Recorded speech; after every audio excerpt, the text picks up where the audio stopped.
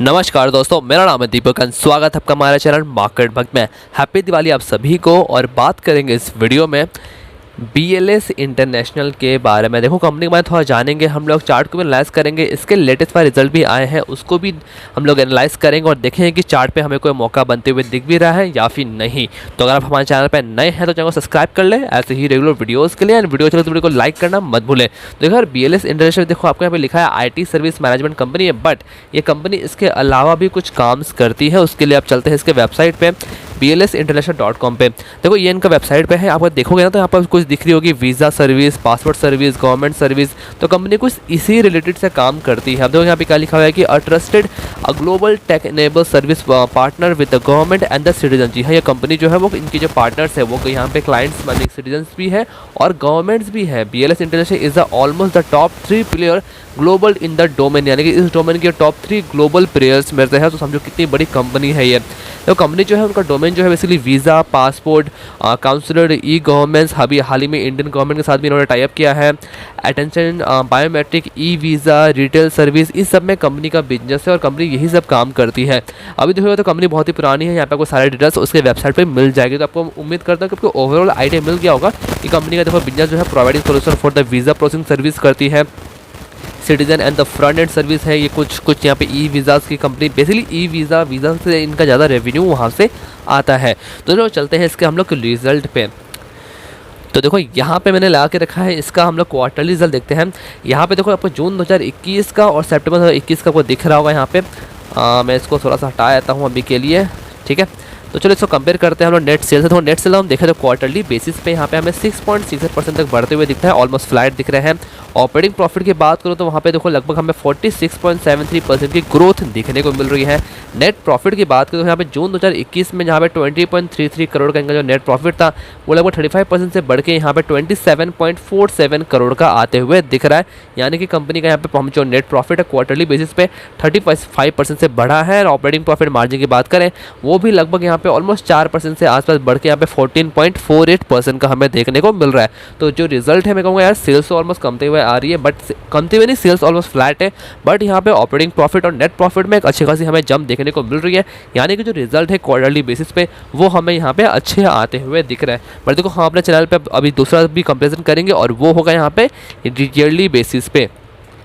तो देखो अगर हम ईयरली बेसिस से कंपेयर करें ना यहाँ पे सितंबर 2020 को लेके और यहाँ पे सितंबर 2021 को लेके, तो नेट सेल्स में लगभग ईयरली बेसिस पे यहाँ पे 45.13% की जंप देखने को मिल रही है। ऑपरेटिंग प्रॉफिट की बात करें वहाँ पर भी लगभग 109.34% की हमें ईयरली बेसिस पे यहाँ पे जंप देखने को मिल रही है।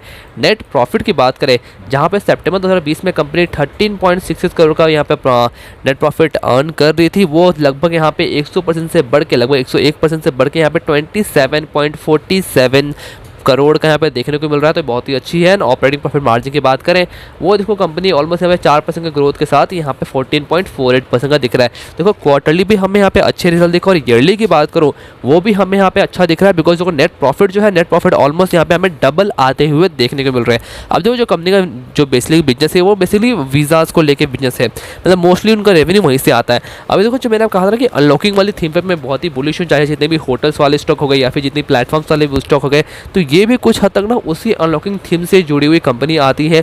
और जिस तरह से भी आगे चल के गवर्नमेंट अलाउ कर दे कि इंटरनेशनल टूरिस्ट को भाई आप लोग भी यहाँ पे आओ, तब इनका जो बिजनेस होगा वो बिजनेस जाएगा अलग ही लेवल पे। और वो बिजनेस में हमें जब उतना उनका बिजनेस बढ़ेगा तो यार कॉमन सी बात है उसका स्टॉक प्राइस भी यहाँ पे बढ़ते हुए ही दिखेंगे हमें। तो चलो चलते हैं इसका हम लोग चार्ट पे। तो देखो ये मैंने लगा के रखा है इसका मंथली चार्ट, ठीक है। अगर आप देखोगे तो स्टॉक है मंथली चार्ट लगा के रखा हुआ है। स्टॉक यहाँ पे लिस्टिंग लगभग दिखाई दे रही है 2016 के आसपास लगभग 89 रुपीज़ का, ठीक है। मैं आपको और जूम कर देता हूँ, ये देखो उसके बाद स्टॉक देखो यहाँ पे हाई बनाता है। हाई भागते वक्त यहाँ पे लगभग 2017 के आसपास 283 रुपये का ये हाई बनाता है, वहीं पे लगभग रहता है। बट उसके बाद ये जनवरी 2018 के बाद गिरना स्टार्ट होता है और गिरते गिरते स्टॉक यहाँ पे लगभग अप्रैल 2020 में 27 रुपये 90 पैसे तक का यहाँ पे लो तक बना देता है। बट अगर वहाँ से देखो तो इसमें जो तेज़ी आनी स्टार्ट हुई है ना वो देखो यहाँ पे आपको वॉल्यूम में दिख रहा होगा, ये नीचे, तो क्योंकि देखो स्टॉक मार्केट में जो मेन जो गेम होता है ना वो होता है वॉल्यूम का, जहाँ ज़्यादा वॉल्यूम स्टॉक होते हैं भाई का। यहाँ देखो जो वॉल्यूम आपको बढ़ते हुए दिख रहे हैं, ये जून से बढ़ना स्टार्ट हुआ जब इसका भाव था 108 रुपये का, और ये वॉल्यूम बढ़ते बढ़ते स्टॉक यहाँ पे सितंबर 2021 में यहाँ पे 309 रुपये का हाई बनाता है, और हालांकि जो क्लोजिंग है वो देता है ये 263 के ऊपर। तो स्टॉक यहाँ पे अपना ऑल टाइम हाई को हिट कर देता है, हालांकि एक नया अपना एक फ्रेश न्यू हाई बनाता है, बट उसके बाद फिर गिरावट आती है। अक्टूबर में पूरा गिरावट आती है और स्टॉक गिर के यहाँ पे 202 रुपये 10 पैसे का लो बनाता है, और फिलहाल स्टॉक जो है वो नीचे के लेवल पे 218 और ऊपर के लेवल 230 के भाव में हमें ट्रेड करते हुए देखने को मिल रही है। चलो अब डिस्कस करेंगे इसका हम लोग यहाँ पे वीकली चार्ट पे भी। तो ये लगा इसका वीकली चार्ट, देखो ये आपको वीकली चार्ट दिख रहा होगा। हालांकि देखो स्टॉक में जो तेजी थी वो ये थी कि गवर्नमेंट से टाई अप हुआ है, और बीच में भी स्टॉक कंटिन्यूसली काफ़ी दिनों तक भाग रहा था, तो अच्छी खासी ऊपर के लेवल्स पे उसमें हुई एक ब्रेकआउट भी आया, बट वो सस्टेन नहीं कर पाया। उसके बाद इसको सस्टेन गिरते गिरते स्टॉक जो है ना सपोर्ट पे आया। अब देखो सपोर्ट कौन सा हमें बनते हुए दिख रहा है, ये मैं दिखाता हूँ आपको। यहाँ देखो स्टॉक जो है ना यहाँ पे ऑलमोस्ट मई 2018 में ना 202 रुपये का यहाँ पे हाई बनाया था, मतलब देखो 200 का लेवल जो था वहाँ पे स्टॉक ने इसको यहाँ पे ब्रेकआउट तो दिया, देखो ब्रेकआउट दिया, बट ऊपर के लेवल सस्टेन नहीं कर पाई।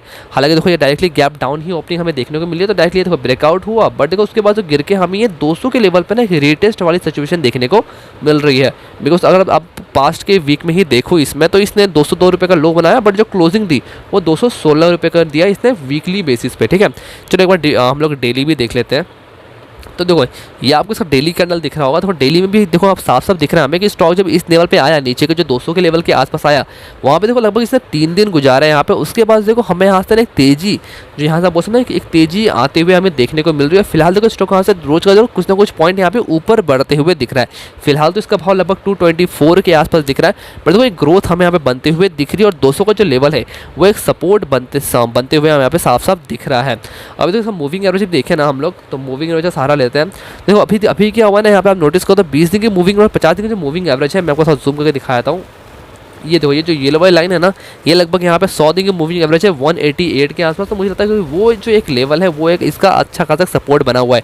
तो अगर आपने इसको लगभग अगर आपने इसको 200 या फिर 210 के आसपास में अगर इसको आपको बाई किया हुआ है, तो आप चाहो तो 100 दिन की जो मूविंग एवरेज है 185 उसके पास का भी आप स्टॉप लॉस के साथ इसको आराम से होल्ड एंड कंटिन्यू कर सकते हो।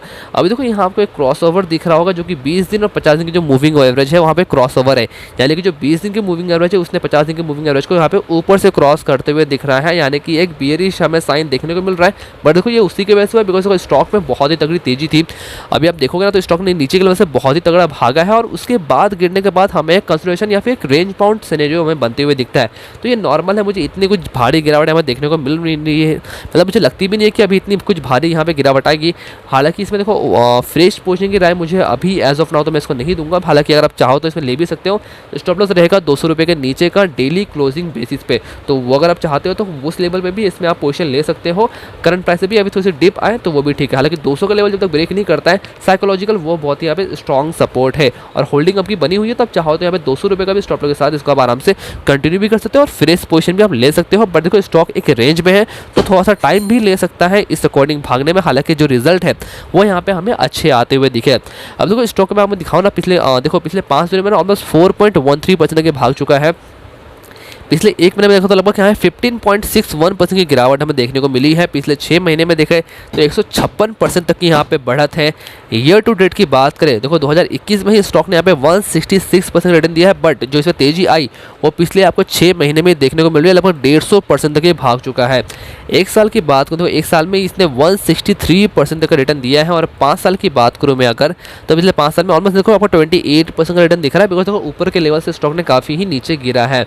अभी देखो यहाँ पे हम देखें ना तो अगर आपको इसमें पे एक लॉन्ग टर्म अगर व्यू लेना है तो मैं कहूँगा यार वेट कर लो, क्योंकि देखो स्टॉक ने अभी अपने ऑल टाइम हाई जो इसका लगभग इसने बनाया था 2017 के आसपास उसको ब्रेक करके ऊपर सस्टेन नहीं किया। अगर एक बार मंथली भी क्लोजिंग अगर यहाँ पे मान के चलते 300 के ऊपर अगर हो जाए तो वहाँ से फिर एक हमें नया सिनेरियो देखने को मिल सकता है।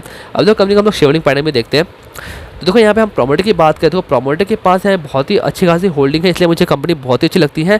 74.59% की होल्डिंग प्रोमोटर के पास में है। एफआईज के पास देखें तो 0.72% की होल्डिंग है। म्यूचुअल फंड यहाँ पे बिल्कुल भी नहीं है, इंश्योरेंस कंपनी भी नहीं है, और यहाँ पे डीआईएस की होल्डिंग हमें भी बिल्कुल नहीं दिख रही है। देखो मैच्योरिटी चल रहा है प्रोमोटर के पास में है, गिरवी रहा कोई विषय में है नहीं, और म्यूचुअल फंड भी यहाँ पे कोई भी नहीं है। और यहाँ पे देखो 5 एफआईज के पास 0.72% का स्टेक है। Promoter with the highest holding की बात करें तो दिवाकर अग्रवाल के पास है 5.52% के साथ। और इंडिविजुअल इन्वेस्टर होल्डिंग की बात करें, वो उनके पास लगभग 16.29% की होल्डिंग है। देखो ओवरऑल शेयरिंग पैटर्न जो है ना, मुझे यहाँ पे स्ट्रॉन्ग लग रही है, बिकॉज प्रोमोटर के हाथ में एक स्ट्रॉन्ग यहाँ पे प्रोमोटर होल्डिंग हमें देखने को मिल रही है, जो एक कॉन्फिडेंस हमें दिखाती है। टेक्निकली भी स्टॉक एक काफ़ी देखो ऑलरेडी भाग चुका है, तो एक रेंज में दिख रहा है। तो अगर आपको थोड़ा सा पेशेंस है तो उस अकॉर्डिंग उसको आप प्ले कर सकते हो। बाकी देखो पैसा आपका है और जो डिसीजन लोगे वो भी आपका ही होगा। तो ये वीडियो पसंद आता है, वीडियो को लाइक करना मत भूलें, चैनल को सब्सक्राइब करना मत भूलें। ऐसे रेगुलर वीडियोस के लिए कमेंट में आपने व्यू शेयर कर सकते हैं। डिस्क्रिप्शन में टेलीग्राम और ट्विटर दोनों का लिंक दिया हुआ है, आप चाहो तो आप फॉलो कर सकते हैं रेगुलर अपडेट्स और कुछ ट्रेड्स के लिए। मिलते हैं दूसरे वीडियो में, तब तक के लिए धन्यवाद।